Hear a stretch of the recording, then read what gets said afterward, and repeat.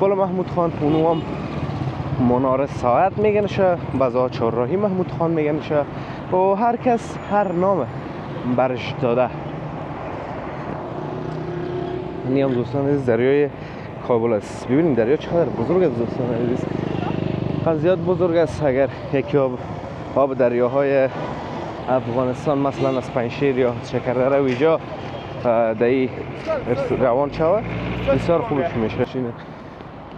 جاروی برقی هست، مکسرها هست، دوستان از هزاران چیز که اگر دانه دانه حساب بگیریم هم بالاتر میره و زیاد است. این لاسپیکر هست، چراغ دستی، همه چیز است. در باز مارکیتک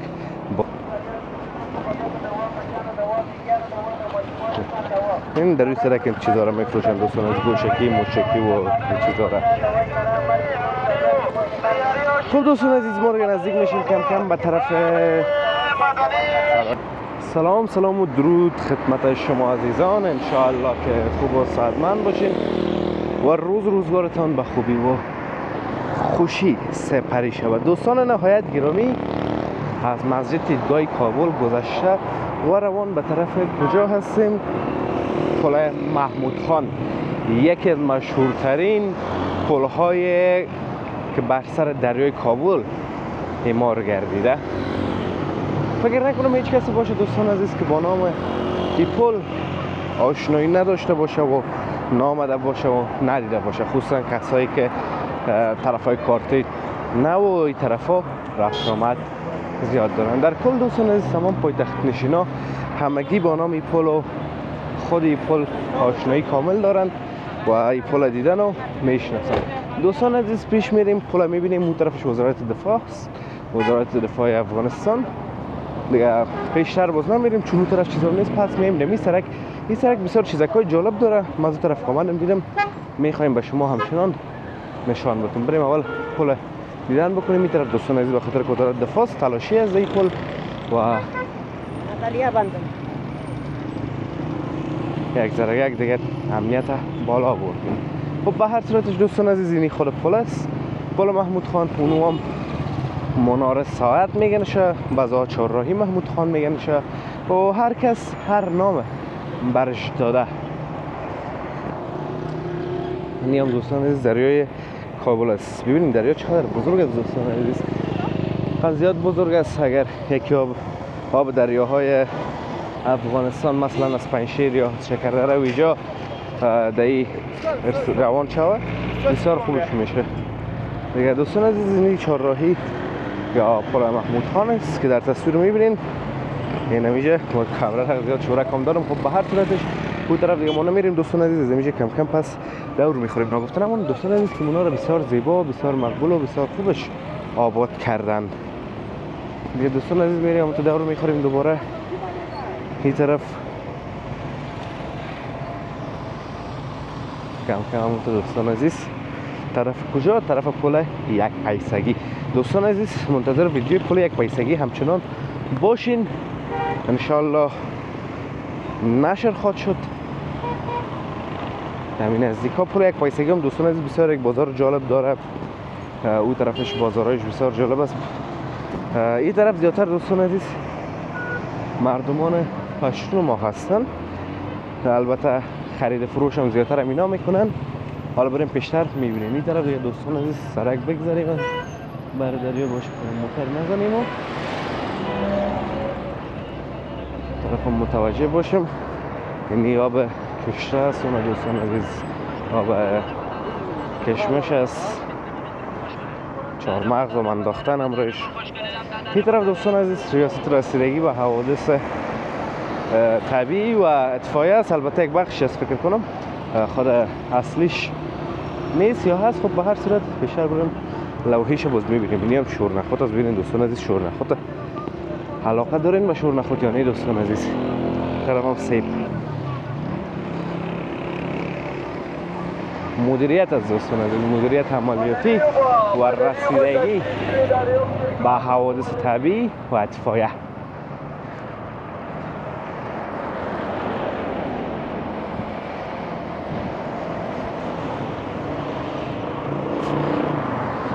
همون تو پیش میریم دوستان عزیز کم کم. تا که برسیم به پل یک پیسگی شهر کابل.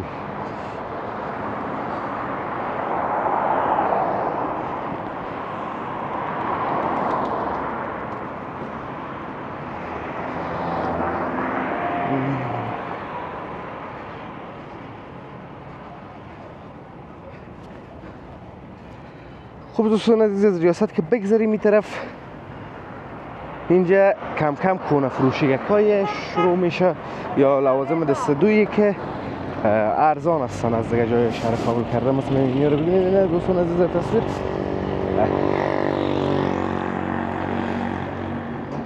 یا دوستان عزیز وسایل دستدو هستن که بسیار ارزان هستن، در دکان نه دیگه سر سرک فروخته میشن و بسیار چیزای دوستان عزیز خوبش دیگه بین ببینید ارزان از پکه گرفته تا تلویزیون تا ماشین لباسشویی حتی یخچال، کولر، خلاصه تمام چیز دوستان عزیز نام بگیرم شاید زیادتر از هزارها وسایل شوه. ساعت از ترموز، از چارچر، از گاز، از پیکنیک است. ببینید دوستان عزیز چی نیست که در اینجا نیست. این بازاره که دست دوم فروشی هست، ریسیور هست، ماشین جاروی برقی هست، مکسرها هست. دوستان از هزاران چیز که اگر دانه دانه حساب بگیریم هم بالاتر میره و زیاد است. این لاسپیکر هست، چراغ دستی، همه چیز است. این طرح باز مارکت بزرگ میشه دوستان عزیز. یخچال و سرتوشکی و این چیزا بزرگتر میشه یک ذره.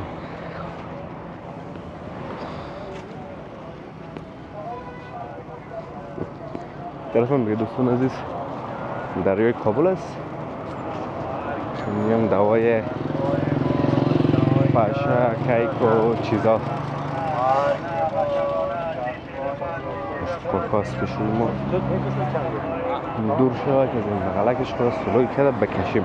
خوب دوستان عزیز اینجا چون یک طرف بازار است و موترها پارک میکنن، مردم زیادتر از این طرف قدم میزنن و میرن. خود پیاده رو نداره. اگر پیاده رو هم داشته باشه مسدود شده توسط از این دکاندارا و می کسا.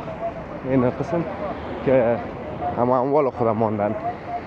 دوستان عزیز اولین بازار بوش هم دمی بخش شهر کابل بود که هنوز هم فعال است، بسیار کم کم و بسیار چیزای خوبش و قدیمی همچنان داره. کو پیش است از پل یک پیسگی طرف پل خوشی میرید در اون طرف است دیگه. اونجا دوستان عزیز بود باز از اونجا انتقال پیدا کرده قوای مرکز که حالا برام بازار مجاهدین مردم میشناسن.